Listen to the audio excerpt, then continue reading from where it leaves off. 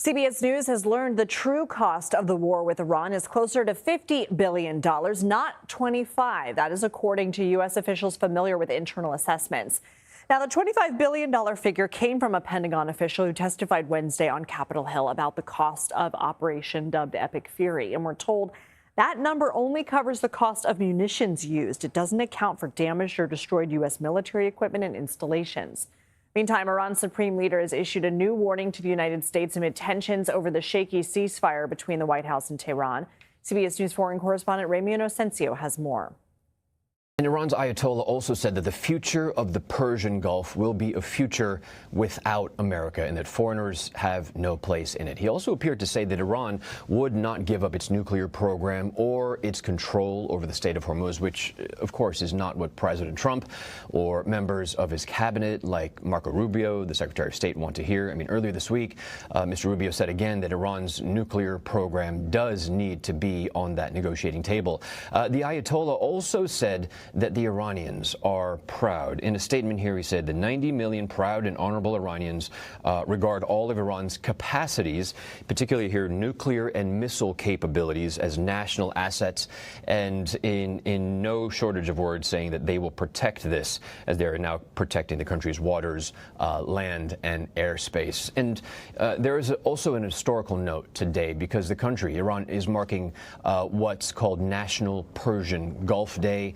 This marks the day a long time ago, back in 1622, when the Persian Empire at the time pushed out Portuguese colonizers trying to take over the Strait of Hormuz. So that's quite poignant in these days because that same body of water now is what the U.S. military is blocking more than 400 years later. As for how this could impact future ceasefire talks, especially as you know, President J.D. Vance did not go to Islamabad for talks over last weekend. The statement here, and also from Iran's Revolutionary Guard Corps, it's not a statement that says, let's figure this out. This would appear to be a further hardening of the Iranian line and doesn't even make any mention of negotiations or even of compromise. It's as much a message of unity for the Iranian people, but as it is a pushback against President Trump.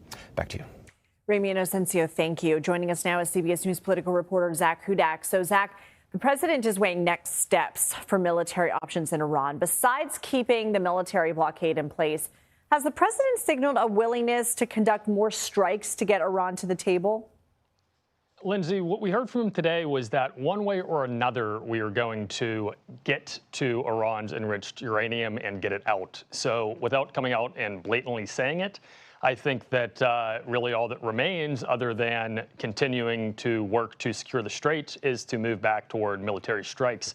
There are obviously risks involved in that, as we saw particularly early in the war when Israel was targeting a lot of the leadership of Iran. That actually set us back in some ways in negotiations because some of the people with whom we were negotiating were no longer around. So there is some risk involved in that. And I think there's one other option that the White House could go with here other than pure negotiation, which is to continue to try to codify support among our European allies to build a coalition to go in there and really open the strait up. There hasn't been a ton of support from our European allies in the past on that.